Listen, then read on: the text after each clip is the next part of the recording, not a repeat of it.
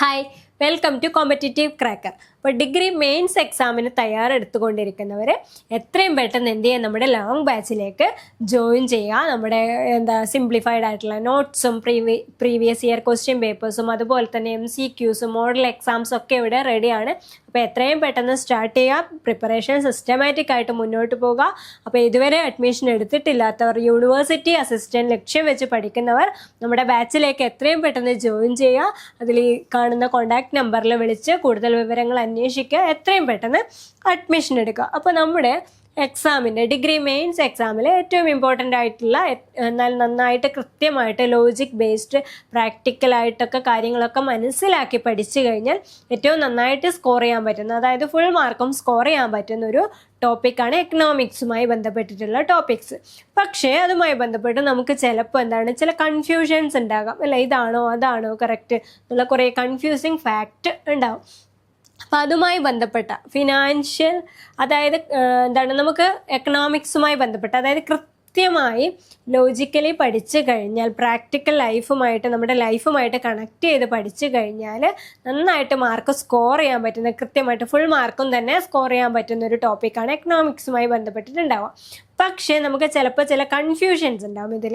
അപ്പോൾ ആ confusing fact നമ്മളൊന്ന് ക്ലിയർ ചെയ്ത് കഴിഞ്ഞാൽ നമുക്ക് നന്നായിട്ട് അതിൽ സ്കോർ ചെയ്യാൻ പറ്റും. അപ്പോൾ നമുക്ക് 5 ഇയർ പ്ലാനുമായി ബന്ധപ്പെട്ട പല കൺഫ്യൂഷൻസും ഉണ്ടാകും. ഇപ്പോൾ 5 ഇയർ പ്ലാന് ഇപ്പോൾ എന്താണ് 5 ഇയർ പ്ലാനിന് പകരം ഇപ്പോൾ നീതി ആയോഗാണ്. പക്ഷേ 5 ഇയർ പ്ലാനുമായി ബന്ധപ്പെട്ടിട്ടുള്ള ഒരുപാട് ക്വസ്റ്റ്യൻസ്, ഗ്രോത്ത് ടാർഗറ്റുമായി ബന്ധപ്പെട്ടത്, അതുപോലെ തന്നെ ഡിഫറെൻറ്റ് പ്രൊജക്റ്റുമായി ബന്ധപ്പെട്ടത്, അങ്ങനെ ഒരുപാട് 5 ഇയർ പ്ലാനുമായി ബന്ധപ്പെട്ടുള്ള കൺഫ്യൂഷൻസ്, അങ്ങോട്ടും ഇങ്ങോട്ടും മാറിപ്പോകാൻ ചാൻസ് ഉള്ള കുറച്ച് ക്വസ്റ്റ്യൻസ് ഉണ്ട്. അപ്പോൾ അതിലെ ചില ക്വസ്റ്റ്യൻസ് നമുക്ക് ഇന്ന് എന്ത് ചെയ്യാം, പരിചയപ്പെടാം. ഓക്കെ, അപ്പോൾ ആദ്യത്തെ നോക്കിയാൽ, which plan launched garibi Hatao, അതായത് പോവർട്ടി ഇറാഡിക്കേറ്റ് ചെയ്യണമെന്ന ലക്ഷ്യമായിട്ട് ആരംഭിച്ച പദ്ധതിയാണിത്, പ്രൊജക്റ്റാണിത് ഗരീബി ഹട്ടാവോ. ഇത് ഏത് പ്ലാനുമായിട്ട് ബന്ധപ്പെട്ടിരിക്കുന്നു? അപ്പോൾ നമുക്ക് വരാവുന്ന കൺഫ്യൂഷൻ എന്ന് വെച്ചാൽ 4th 5 ഇയർ പ്ലാൻ പറയുന്നവരുണ്ടാവും, 5th 5 ഇയർ പ്ലാൻ പറയുന്നവരുണ്ട്. അപ്പോൾ 4th ആണോ 5th ആണോ, ഏതാണ് correct answer? Garibi Hatao implement ചെയ്ത പ്ലാൻ ഏതാണെന്ന് ചോദിച്ചാൽ നമ്മൾ എന്ത് ആൻസർ പറയും? അപ്പോൾ കൃത്യമായി പഠിച്ച ഒരാൾക്ക് എന്ത് പറയാൻ പറ്റും? കൃത്യമായിട്ട് അതിൻ്റെ വ്യത്യാസം അറിയാൻ പറ്റും.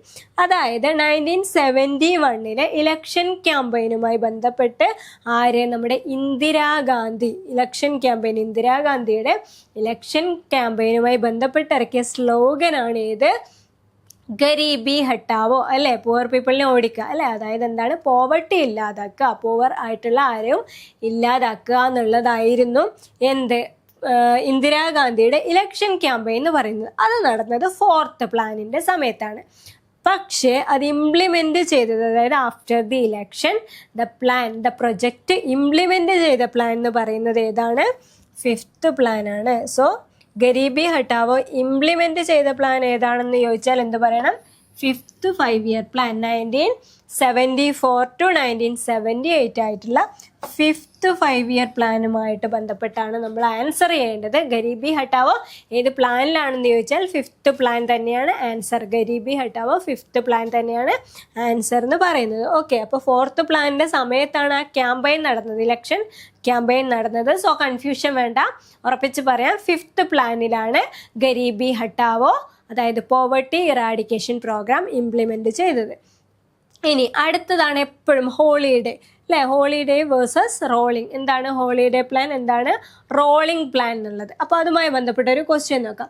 Which of the following sequence of events most accurately describes the immediate triggers that led to the declaration of the plan holiday after the 3rd 5 year plan? അതായത് എന്താണ് പ്ലാൻ ഹോളിഡേ, എന്താണ് റോളിംഗ് പ്ലാൻ എന്നുള്ളത് confusion ഇല്ലാതെ clear ആയിട്ട് പഠിച്ചു വെക്കണം. അപ്പോൾ ഏതാണ് ഓപ്ഷൻസ് നോക്കിയേ? The transition from the planning commission to a rolling plan framework under the Janata government, then Indo-China War 1962, Indo-Pak War 1965 and 2 consecutive years of severe drought. Then a global oil price shock combined with the failure of the Mahalanobis model ആണോ? Then the nationalization of banks and the sudden shift towards a socialistic pattern of society ആണ് ഏതാണ് holiday plan ഹോളിഡേയുമായി ബന്ധപ്പെട്ടത്. അതെന്ന് നമുക്കറിയാം എന്താണ്, Indo China വാറും Indo Pak വാറും എന്ത് ചെയ്തു, ഒരേ സമയം സംഭവിച്ചു. അതോടൊപ്പം തന്നെ സിവിയർ ഡ്രോട്ടും വന്നു. അപ്പം നമ്മൾ ഈ ചെയ്തു വെച്ചിരിക്കുന്ന പ്ലാൻ അല്ലേ, നമ്മളെ ലൈഫിലായാലും ചില പ്ലാൻസ് ഉണ്ടാക്കി വെക്കും, പക്ഷേ നെക്സ്റ്റ് മൊമെൻറ്റിൽ എന്ത് സംഭവിക്കുന്നു നമുക്ക് പറയാൻ പറ്റില്ല. എന്നാലും നമുക്കൊരു പ്ലാൻ വേണം. ഒരു ലോങ് ടേം പ്ലാനും ഉണ്ടായിരിക്കണം, ഒരു ഷോർട്ട് ടേം പ്ലാനും ഉണ്ടായിരിക്കണം അല്ലേ, നമ്മൾ പഠിക്കുന്നത് പോലെ അല്ലേ. ലോങ് ടേം ബാച്ചും ഷോർട്ട് ടേം ആയിട്ടല്ലേ പെട്ടെന്ന് വരുന്ന എക്സാംസിന് നമ്മൾ എന്ത് ചെയ്യും, പെട്ടെന്ന് പ്രീവിയസ് ഇയർ ക്വസ്റ്റ്യൻ പേപ്പറും MCQ ഒക്കെ റെഡിയാക്കിയിട്ട് നമ്മൾ പെട്ടെന്ന് അങ്ങ് പഠിക്കും. അതുപോലെ തന്നെ കുറേ കാലം കഴിഞ്ഞിട്ടുള്ളതാണെങ്കിൽ നമുക്ക് സിസ്റ്റമാറ്റിക്കായിട്ട് എല്ലാ ടോപ്പിക്കും കൃത്യമായി മനസ്സിലാക്കി പഠിക്കാൻ നമ്മൾ ലോങ് ടേം ആയിട്ടുള്ളതും പഠിക്കും. അപ്പോൾ അതുപോലെ തന്നെയാണ് നമ്മുടെ ഇന്ത്യയുടെ ഗ്രോത്ത് ഡെവലപ്മെൻറ്റ് സ്ട്രാറ്റജി എന്ന് പറയുന്നത്. 5 ഇയർ പ്ലാൻ എന്ന് പറയുന്നത് 5 വർഷത്തേക്ക് തയ്യാറാക്കി വെച്ചിരിക്കുന്ന പ്ലാനാണ് അല്ലേ. ഇന്ത്യൻ ഗവൺമെൻറ്റിൻ്റെ ആ ഒരു പീരീഡ് പോലെ തന്നെ പ്ലാൻസും 5 വർഷമാണ്. പക്ഷേ ഇതുപോലെയുള്ള ക്രൈസിസ് പെട്ടെന്ന് സംഭവിച്ചു കഴിഞ്ഞാൽ അതെന്ത് ചെയ്യില്ല, നോർമലായിട്ട് മുന്നോട്ട് പോയില്ല. അപ്പോൾ അങ്ങനെ സംഭവിച്ചതാണ് ഈ വാറും അതുപോലെ തന്നെ സിവിയർ ഡ്രോട്ടും ഒരുമിച്ച് വന്നു. അപ്പോൾ നമുക്ക് എന്ത് ചെയ്യാൻ കഴിഞ്ഞില്ല, 5 ഇയർ പ്ലാൻ കണ്ടിന്യൂ ചെയ്യാൻ കഴിഞ്ഞില്ല. അപ്പോൾ അവിടെ ഒരു ഹോളിഡേ വന്നു അല്ലേ, ഒരു ബ്രേക്ക് വന്നു. അതാണ് പ്ലാൻ ഹോളിഡേ. അതായത് നമ്മുടെ പ്ലാൻ ഇങ്ങനെ മുന്നോട്ട് പോകുന്ന സമയത്ത് ക്രൈസിസ് വന്നു, അപ്പോൾ അതവിടെ ബ്രേക്കായി. അതാണ് ഹോളിഡേ എന്ന് പറയുന്നത്. അപ്പോൾ പ്ലാൻ ഹോളിഡേ എപ്പോഴാണ്, 1966 to 1969. എപ്പോഴാണ് പ്ലാൻ ഹോളിഡേ എന്ന് പറയുന്നത്, 1966 to 1961 പ്ലാൻ ഹോളിഡേ നടന്നത്. 5 ഇയർ പ്ലാൻ അവിടെ എന്ത് ചെയ്തു, സ്റ്റോപ്പായിപ്പോയി. പ്ലാൻ ഹോളിഡേ നടന്നത് ഇപ്പോഴാണ് 1966 to 1969. എന്തുകൊണ്ടാണ്, 3rd 5 ഇയർ പ്ലാനാണ് അവിടെ ഫെയിലായത്. ഏത് 5 ഇയർ പ്ലാനിന് ശേഷമാണ് പ്ലാൻ ഹോളിഡേ ഉണ്ടായത് എന്ന് ചോദിച്ചാൽ നമ്മൾ എന്ത് പറയണം, 3rd 5 ഇയർ പ്ലാൻ. ഏത് 5 ഇയർ പ്ലാനിന് ശേഷം, അതായത് 3rd 5 ഇയർ പ്ലാൻ എപ്പോഴത്തേക്കായിരുന്നു നമ്മൾ പ്ലാൻ ചെയ്ത് വെച്ചത്, 61 to 66 ആയിരുന്നു. 61 to 66 ആയിരുന്നു. അപ്പോൾ അതിനിടയിലാണ് യുദ്ധവും, ഇന്തോ പാക്കും അതുപോലെ തന്നെ ഇന്തോ ചൈനീസ് യുദ്ധവും ഒക്കെ നടന്നത്. അപ്പോൾ എന്ത് ചെയ്തു, അപ്പോൾ ആ സമയത്ത് എന്തായി, പുവർ അഗ്രികൾച്ചറൽ ഔട്ട്പുട്ടായി, ലോ ഇൻഡസ്ട്രിയൽ ഗ്രോത്തായി, അതുപോലെ തന്നെ അവിടെ റിസോഴ്സ് കൺസ്ട്രെയിൻസ് വന്നു. ഇതൊക്കെ സംഭവിച്ചു. അതുപോലെ തന്നെ ഇൻഡോ ചൈന വാർ അല്ലേ, 1962 ഇൻഡോ ചൈന വാർ. അതുപോലെ തന്നെ 1965 എന്ത് വന്നു, പാക് വാർ, ഇന്തോ പാക് വാർ വന്നു. അപ്പോൾ നമ്മുടെ എന്ത് ബ്രേക്കായി, 5 ഇയർ പ്ലാൻ ബ്രേക്കായി. അപ്പോൾ അവിടെ എന്ത് നടന്നു, 5 ഇയർ പ്ലാന് ബ്രേക്കായി. അപ്പോൾ അവിടെ എന്തായി, ഹോളിഡേ ആയി അല്ലേ. അവിടെ ഹോളിഡേ ആയി, നമ്മളൊരു ബ്രേക്കായി പോയി അല്ലേ. ക്രൈസിസ് വന്നപ്പോൾ നമ്മൾ ബ്രേക്കായി പോയി. സോ അവിടെ പ്ലാൻ ഹോളിഡേ ഉണ്ടായി. അപ്പോൾ പ്ലാൻ ഹോളിഡേ എപ്പോഴാണ്, 1966 to 1969 പ്ലാൻ ഹോളിഡേ വന്നത്. ഓക്കെ, ഇനി എന്താണ് ആ സമയത്ത് സംഭവിച്ചത്, high inflation, balance of payment crisis leading to the devaluation of the rupee in 1966. 1966 നമ്മുടെ ഇന്ത്യൻ കറൻസി ഡീവാല്യൂ ചെയ്യപ്പെട്ടു. അതായത് ഇന്ത്യൻ കറൻസിയുടെ വാല്യൂ കുറഞ്ഞു. അപ്പോൾ ബാലൻസ് ഓഫ് പേയ്മെൻറ്റ് ക്രൈസിസ്, അതായത് ഇൻ്റർനാഷണൽ ട്രേഡ് ഒന്നും എന്ത് ചെയ്യില്ല, അത്രയും പോസിബിൾ ആവില്ല ആ ഒരു ടൈമിൽ അല്ലേ, ക്രൈസിസ് വന്നപ്പോൾ. അപ്പോൾ ബാലൻസ് ഓഫ് പേയ്മെൻറ്റ് ക്രൈസിസ് വന്നു, ഇൻഫ്ലേഷൻ വന്നു അല്ലേ, ജനറൽ പ്രൈസ് ലെവൽ ഹൈ ആയിട്ട് കൂടി, ഇന്ത്യൻ കറൻസിയുടെ വാല്യൂ കുറഞ്ഞു. ദെൻ സിവിയർ ഡ്രോട്ട് പ്രശ്നം അല്ലേ, ഡ്രോട്ടും ഉണ്ടായി. വാറ് മാത്രമല്ല, 65, 66, 67 കാലഘട്ടത്തിൽ. അപ്പോൾ എന്ത് സംഭവിച്ചു, റെഡ്യൂസ്ഡ് ഫുഡ് പ്രൊഡക്ഷൻ. അപ്പോൾ ഫുഡ് പ്രൊഡക്ഷനും കുറഞ്ഞു. അപ്പോൾ ക്രൈസിസ് വന്ന പീരീഡാണ് എന്ത്, പ്ലാൻ ഹോളിഡേ എന്ന് പറയുന്നത്.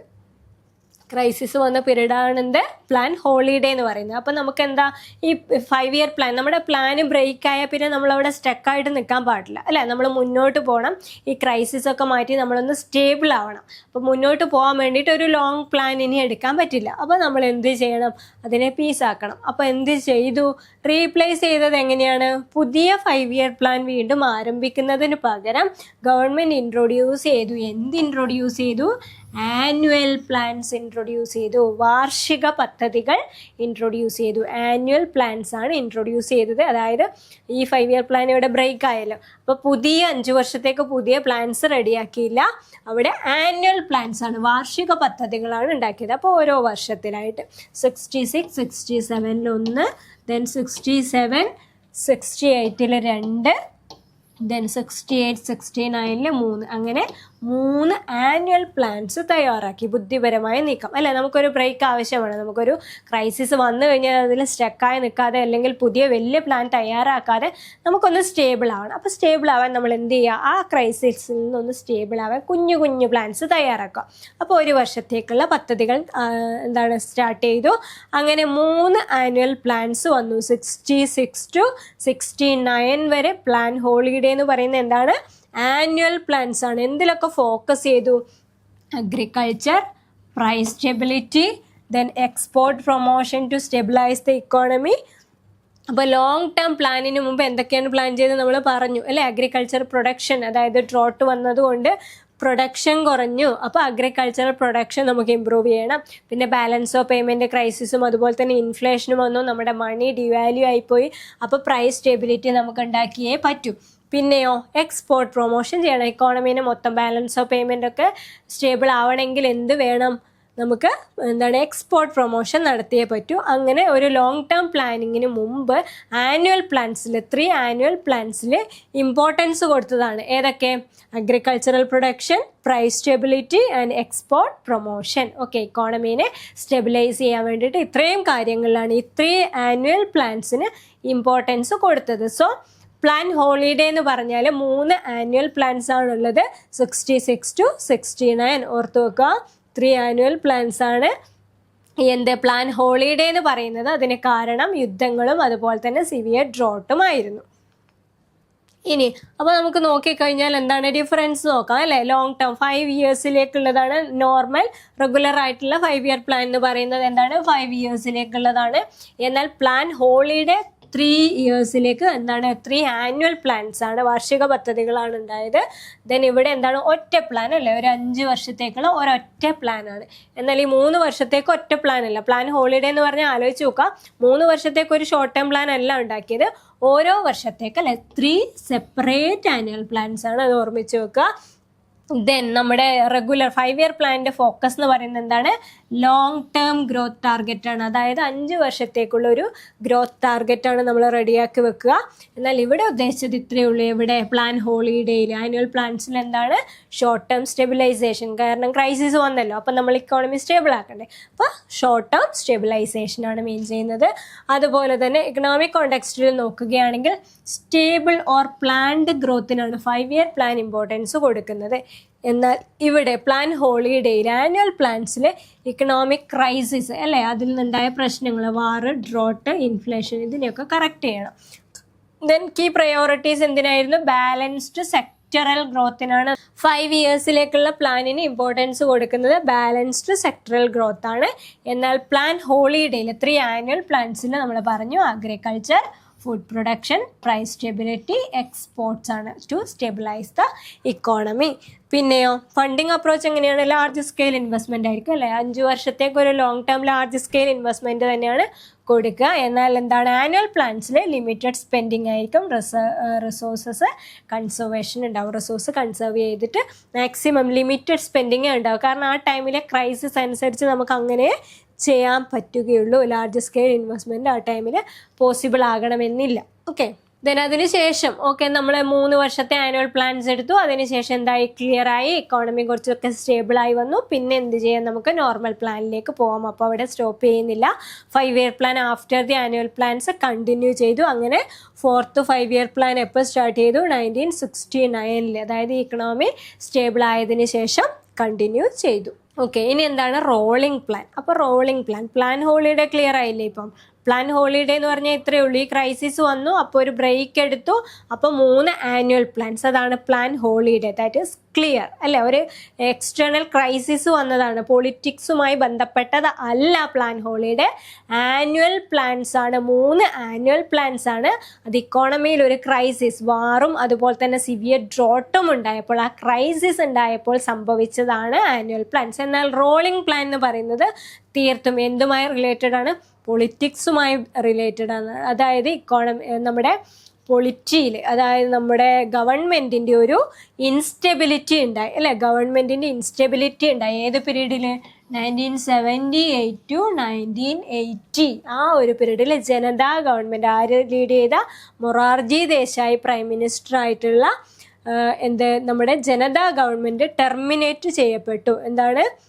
അതുകൊണ്ട് തന്നെ 5th 5 year പ്ലാൻ എന്തായി? നേരത്തെ പിരിച്ചു വിട്ടു. 5th 5 year പ്ലാൻ ആയിരുന്നു നടന്നുകൊണ്ടിരുന്നത് 1978 പീരീഡിൽ. അപ്പോൾ എന്താണ് അവിടെ ഒരു പൊളിറ്റിക്കൽ ഇൻസ്റ്റെബിലിറ്റി വന്നു. ആ സമയത്ത് മൊറാർജി ദേശായി പ്രൈം മിനിസ്റ്ററായ ജനതാ ഗവൺമെൻറ് പിരിച്ചു വിടുകയും അങ്ങനെ 5th പ്ലാൻ അവിടെ ഡിസ്കണ്ടിന്യൂ ചെയ്യപ്പെടുകയും ചെയ്തു. 5ാമത്തെ 5 year പ്ലാൻ ഡിസ്കണ്ടിന്യൂ ചെയ്യപ്പെട്ടു. അപ്പോൾ എന്താണ്? റോളിംഗ് പ്ലാൻ ലോഞ്ച് ചെയ്ത പീരീഡ് എന്ന് പറയുന്നത് 1978 to 1983 ആണ്. റോളിംഗ് പ്ലാനിൻ്റെ പീരീഡ് 1978 to 83. അപ്പോൾ അവർക്ക് ആദ്യം പ്ലാൻ ഹോളിഡേ ആണ്, ആനുവൽ പ്ലാൻസ്. അതിന് ശേഷമാണ് ഇത് 4th 5 year പ്ലാനിങ് കഴിഞ്ഞ് 5th 5 year പ്ലാനിലേക്ക് ലോഞ്ച് ചെയ്തപ്പോഴാണ് എന്താണ് റോളിംഗ് പ്ലാൻ വരുന്നത്. 1978 to 83 ആണ് റോളിംഗ് പ്ലാൻ വരുന്നത്. ഓക്കെ, അപ്പോൾ നമുക്ക് ജസ്റ്റ് ഒന്ന് എന്ത് ചെയ്യാം? പ്ലാൻ ഹോളിഡേനെയും റോളിംഗ് പ്ലാനിനെയും ഒന്ന് ഡിഫറൻഷിയേറ്റ് ചെയ്ത് നോക്കാം, ഒന്ന് കമ്പയർ ചെയ്ത് നോക്കാം. അപ്പോൾ ടൈം പീരീഡ് ആദ്യം ഏതാണ്? പ്ലാൻ ഹോളിഡേ 66 to 69, അതായത് 3rd 5 year പ്ലാനിൻ്റെ സമയത്ത്. 4th 5 year പ്ലാനിലേക്ക് പോയില്ല, അതിന് മുമ്പ് 66 to 69 ആണ് പ്ലാൻ ഹോളിഡേ എന്ന് പറയുന്നത്. റോളിംഗ് പ്ലാൻ എന്ന് പറയുന്നത് 78-80. ഓക്കെ, 1978-1980 ടൈമിലാണ് റോളിംഗ് പ്ലാൻ. ദെൻ എന്താണ്? കെയിം ആഫ്റ്റർ 3rd പ്ലാൻ ആണ് എന്ത്? Plan holiday. 3rd പ്ലാനിന് ശേഷം ഇതോ റോളിംഗ് പ്ലാനിലേക്ക് വരുവാണെങ്കിൽ 5th 5 year പ്ലാനിനെയാണ് അത് ഡിസ്റ്റർബ് ചെയ്തത്. 5th 5 year പ്ലാനിൻ്റെ ടൈമിലാണ് റോളിംഗ് പ്ലാൻ സംഭവിക്കുന്നത്. 3rd 5 year പ്ലാനിൻ്റെ സമയത്താണ് പ്ലാൻ ഹോളിഡേ സംഭവിക്കുന്നത്. ഇനി കാരണങ്ങൾ. ഓക്കെ, പ്ലാൻ ഹോളിഡേ ഉണ്ടാവാൻ കാരണം നമ്മൾ പറഞ്ഞു, Indo China war, Indo Pak war, severe droughts and food shortage. Clear അല്ലേ? ദെൻ ഇവിടെ എന്താണ് സംഭവിച്ചത്? റോളിംഗ് പ്ലാൻ ഉണ്ടാവാൻ കാരണം പൊളിറ്റിക്കൽ ചേഞ്ച് ആണ്. The newly elected Janata party government led by Morarji Desai rejected the Congress party's 5th plan. Congress party ഉണ്ടാക്കി വെച്ചിട്ടുള്ള എന്താണ് പ്ലാൻ ആര് റിജക്റ്റ് ചെയ്തു? മൊറാർജി ദേശായി ലീഡ് ചെയ്യുന്ന ഗവൺമെൻറ് റിജക്റ്റ് ചെയ്തു. സോ അതാണ് എന്തിന് കാരണമായത്?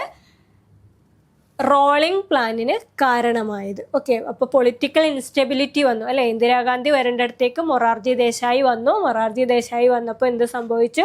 ആ പ്ലാൻ റിജക്റ്റ് ചെയ്തു. കോൺഗ്രസ് ഗവൺമെൻറ് പ്ലാൻ ചെയ്തു വെച്ച പ്രൊജക്റ്റ് റിജക്റ്റ് ചെയ്യുകയും അങ്ങനെ പുതിയ അവരുടേതായ മാറ്റങ്ങൾ ഉണ്ടാക്കി. അങ്ങനെയാണ് റോളിംഗ് പ്ലാൻ സംഭവിക്കുന്നത്. ഇനി എന്താണ് പ്ലാൻ ഹോളിഡേ എന്ന് പറഞ്ഞാൽ? എന്താ? Regular planning was suspended entirely and the 3 annual plans were implemented. Already നമ്മൾ പറഞ്ഞു അല്ലേ, ആ ആനുവൽ പ്ലാൻസ് ഇംപ്ലിമെൻറ്റ് ചെയ്തു. എന്നാൽ ഇവിടെയോ റോളിംഗ് പ്ലാൻ എന്ന് പറഞ്ഞാൽ the performance was reviewed and updated every year with flexible target for the next year. ഇവിടെ എന്താണ് പുതിയ ഗവൺമെൻറ് എന്താ പറഞ്ഞത്? റോളിംഗ് പ്ലാൻ വേണം നമുക്ക്. അതായത് ഓരോ വർഷവും നമ്മൾ റിവ്യൂ ചെയ്യണം. പ്ലാൻ എന്താണ്, ടാർഗറ്റ് എന്താണെന്നുള്ളത് നമ്മൾ റിവ്യൂ ചെയ്യണം. പുതിയ വർഷത്തേക്ക് എന്തൊക്കെ മാറ്റങ്ങൾ, അടുത്ത വർഷത്തേക്ക് എന്തൊക്കെ മാറ്റങ്ങൾ എന്നുള്ളത് ഓരോ വർഷവും നമ്മൾ റിവ്യൂ ചെയ്യണം എന്നാണ് പുതിയ ഗവൺമെൻറ് പറഞ്ഞത്. അതാണ് റോളിംഗ് പ്ലാൻ. ഓക്കെ, നെക്സ്റ്റ് ഇയറിലേക്ക് വേണ്ട ടാർഗറ്റൊക്കെ ഫ്ലെക്സിബിളായിട്ട് നമുക്ക് ഫിക്സ് ചെയ്യാം. ദെൻ ഇവിടെ ആരാണ്? പ്ലാൻ ഹോളിഡേയുടെ പ്രധാനപ്പെട്ട ആളെന്ന് പറയുന്ന ആരൊക്കെയായിരുന്നു? ലാൽ ബഹദൂർ ശാസ്ത്രി, ഇന്ദിരാഗാന്ധി പീരീഡാണ്. ഓക്കെ, ഇനി ഇവിടെ നമ്മൾ പറഞ്ഞു മൊറാർജി ദേശായി, പിന്നെ ഗുണ്ണർ മിർഡൽ അല്ലെ, എക്കണോമിസ്റ്റായ ഗുണ്ണർ മിർഡലിൻ്റെ കോൺസെപ്റ്റാണ് ഇത് റോളിംഗ് പ്ലാൻ എന്ന് പറയുന്നത്. സോ റോളിംഗ് പ്ലാനും പ്ലാൻ ഹോളിഡേയും ഇനി മാറിപ്പോയില്ലല്ലോ. എപ്പോഴും കൺഫ്യൂഷൻ ഉണ്ടാക്കുന്ന, നമ്മൾ പഠിക്കുമ്പോൾ പ്രിപ്പയർ ചെയ്യുന്ന സമയത്ത് എപ്പോഴും കൺഫ്യൂഷൻ ഉണ്ടാക്കുന്ന ഒരു 5 year പ്ലാനുമായി ബന്ധപ്പെട്ടൊരു മേഖലയാണ് റോളിംഗ് പ്ലാനും അതുപോലെ തന്നെ പ്ലാൻ ഹോളിഡേയും. അപ്പോൾ ഇനി അത് കൺഫ്യൂഷൻ ഉണ്ടാവില്ലല്ലോ. ഏത് പ്ലാനിൻ്റെ സമയത്താണ്, എന്താണ് റീസൺ, എന്താണ് സംഭവിച്ചത്. ഓക്കെ, 3rd 5 year പ്ലാനും 5th 5 year പ്ലാനും, ഇത് പ്ലാൻ ഹോളിഡേയും അതുപോലെ തന്നെ റോളിംഗ് പ്ലാനും. ക്ലിയർ അല്ലേ? സോ ഇതെന്ത് ചെയ്യുക? ഈ കോൺസെപ്റ്റ് ക്ലിയർ ആയിട്ട് പഠിച്ചു വെക്കുക. ഓക്കെ, സോ ഇതുപോലെയുള്ള എന്ത് ചെയ്യുക, കൺഫ്യൂസിങ് ഫാക്റ്റ് നമ്മൾ കൃത്യമായിട്ട് പറയുന്നുണ്ട്. അപ്പോൾ ഈ കൺഫ്യൂഷൻ വരുന്നതെന്ന് വെച്ചാൽ അതൊന്ന് ടേബിളാക്കി കൃത്യമായിട്ട് അനലൈസ് ചെയ്ത് പഠിച്ചാൽ നമുക്കത് സിമ്പിളാവും. എക്കണോമിക്സിലെല്ലാം ലോജിക് ബേസ്ഡ് ആണ്. അപ്പോൾ ഇതുപോലെയുള്ള കുഞ്ഞു കുഞ്ഞു കാര്യങ്ങളായിരിക്കും നമുക്ക് എപ്പോഴും കൺഫ്യൂഷൻ ഉണ്ടാക്കുക. ഇപ്പോൾ പഠിക്കുമ്പോൾ നമുക്ക് കൺഫ്യൂഷൻ ഇല്ലയെന്ന് തോന്നിക്കഴിഞ്ഞാലും എക്സാം ഹോളിലെത്തുമ്പോൾ ഒരുപാട് ക്വസ്റ്റ്യൻസ് ഒരുമിച്ച് കാണുമ്പം അതുപോലെ തന്നെ ഓപ്ഷൻസ് അല്ലേ, MCQ ആണെന്ന് പറഞ്ഞിട്ട് കാര്യമില്ല, ഓപ്ഷൻസ് ഒക്കെ കുറേയൊക്കെ റിലേറ്റഡ് ആയിരിക്കും. അപ്പോഴാണ് നമുക്ക് കൺഫ്യൂഷൻസ് കൂടുതൽ ഉണ്ടാവുക. അപ്പോൾ എന്ത് ചെയ്യുക, കൺഫ്യൂഷൻ മാറ്റണമെങ്കിൽ നമ്മൾ അതിനെ കീറി മുറിച്ച് പഠിക്കണം. അപ്പോൾ അത് നമുക്ക് കീറി മുറിച്ച് പഠിക്കാനൊന്നുള്ള ടൈമില്ല അല്ലേ, ഒരുപാട് ടോപ്പിക്സ് ഒരുപാട് സബ്ജക്റ്റ് ഒക്കെ പഠിക്കാനുണ്ടാകുമ്പോൾ നമുക്കതൊന്നും അത്ര അനലൈസ് ചെയ്യാനുള്ള ടൈമില്ല. അപ്പോൾ നിങ്ങൾ എന്ത് ചെയ്യുക, നമ്മളിവിടെ എല്ലാം റെഡിയാക്കി വെച്ചിട്ടുണ്ട്. നമ്മൾ എന്ത് ചെയ്യുന്നുണ്ട്, പ്രീവിയസ് ഇയർ ക്വസ്റ്റ്യൻ പേപ്പറും നിങ്ങളുടെ കൺഫ്യൂഷൻസും ഒക്കെ നമ്മളൊക്കെ പഠിച്ചതാണ്. അപ്പോൾ അതിനെ ബേസ് ചെയ്ത് നമ്മളെല്ലാം റെഡി ആക്കിയിട്ടുണ്ട്. അപ്പോൾ ഇതുവരെ നമ്മുടെ ബാച്ചിലേക്ക് ജോയിൻ ചെയ്യാത്തവർ അല്ലേ, ഏറ്റവും അടുത്തുള്ള എക്സാം എത്രയും പെട്ടെന്ന് ക്രാക്ക് ചെയ്യണമെന്ന് ആഗ്രഹിക്കുന്നവർ, യൂണിവേഴ്സിറ്റി അസിസ്റ്റൻറ്റിന് പഠിച്ചു തുടങ്ങാൻ ആഗ്രഹിക്കുന്നവർ എന്ത് ചെയ്യുക, നമ്മുടെ ലോങ് ബാച്ച് സ്റ്റാർട്ട് ചെയ്തിട്ടുണ്ട്. അപ്പോൾ ഡിഗ്രി മെയിൻസ് എക്സാം ക്രാക്ക് ചെയ്യുക എന്ന നിങ്ങളുടെ ലക്ഷ്യത്തിലേക്ക് എത്താൻ വേണ്ടി എന്ത് ചെയ്യുക, എത്രയും പെട്ടെന്ന് ഈ കാണുന്ന നമ്പറിൽ കോണ്ടാക്റ്റ് ചെയ്തിട്ട് എന്ത് ചെയ്യുക, അഡ്മിഷൻ എടുക്കുക. അപ്പോൾ കൂടുതൽ വിവരങ്ങൾ എന്ത് ചെയ്യുക, നമ്മളെ വിളിച്ച് അന്വേഷിക്കുക. ഓക്കെ, അപ്പോൾ എത്രയും പെട്ടെന്ന് തന്നെ നിങ്ങളുടെ പ്രിപ്പറേഷൻ എത്രയും പെട്ടെന്ന്, ഇനി ഒരു സെക്കൻഡ് വേസ്റ്റ് ചെയ്യാതെ എത്രയും പെട്ടെന്ന് സ്റ്റാർട്ട് ചെയ്യുക. അതുപോലെ തന്നെ നമ്മുടെ കോമ്പറ്റിറ്റീവ് ക്രാക്കറിൻ്റെ ലേണിംഗ് ആപ്പ്, അതിൽ എല്ലാ കോമ്പറ്റിറ്റീവ് എക്സാം ബേസ്ഡ് ആയിട്ടുള്ള PSC ആയാലും RRB ആയാലും SSC ആയാലും എല്ലാ എക്സാംസും, എല്ലാ കോമ്പറ്റിറ്റീവ് എക്സാംസുമായി ബന്ധപ്പെട്ടിട്ടുള്ള ടോപ്പിക്സും അതിൻ്റെ MCQസും PYQസും മോഡൽ എക്സാംസും ഒക്കെ ഉണ്ട്. അപ്പോൾ ആപ്പ് ഡൗൺലോഡ് ചെയ്ത് നിങ്ങൾ എന്ത് ചെയ്യുക, അതൊക്കെ പ്രാക്ടീസ് ചെയ്യുക. അപ്പോൾ നിങ്ങൾക്ക് നിങ്ങളുടെ റാങ്ക് അവിടെ കാണാൻ പറ്റും. ആ റാങ്ക് ഒക്കെ അനലൈസ് ചെയ്ത് നിങ്ങളുടെ പഠനം കൂടുതൽ മെച്ചപ്പെട്ടതാക്കുക. അതുപോലെ തന്നെ നമ്മുടെ PSC എക്സാംസ്, അതുപോലെ തന്നെ ഏതൊരു കോമ്പറ്റിറ്റീവ് എക്സാംസും എൻട്രൻസ് എക്സാംസും ഒക്കെ ആയി ബന്ധപ്പെട്ടിട്ടുള്ള അപ്ഡേറ്റ്സ് അറിയാൻ നമ്മുടെ ചാനൽ ഫോളോ ചെയ്യുക, യൂട്യൂബ് ചാനൽ സബ്സ്ക്രൈബ് ചെയ്യുക. അതുപോലെ തന്നെ നോട്ടിഫിക്കേഷൻസ് നിങ്ങളിലേക്ക് ഡിലേ ഒന്നുമില്ലാതെ എത്രയും പെട്ടെന്ന് എത്തുന്നതിനായി എന്ത് ചെയ്യുക, ബെൽ ഐക്കൺ എനേബിൾ ചെയ്യുക. അപ്പോൾ നമുക്ക് കൂടുതൽ ടോപ്പിക്സും ആയിട്ട് വീണ്ടും കാണാം. താങ്ക്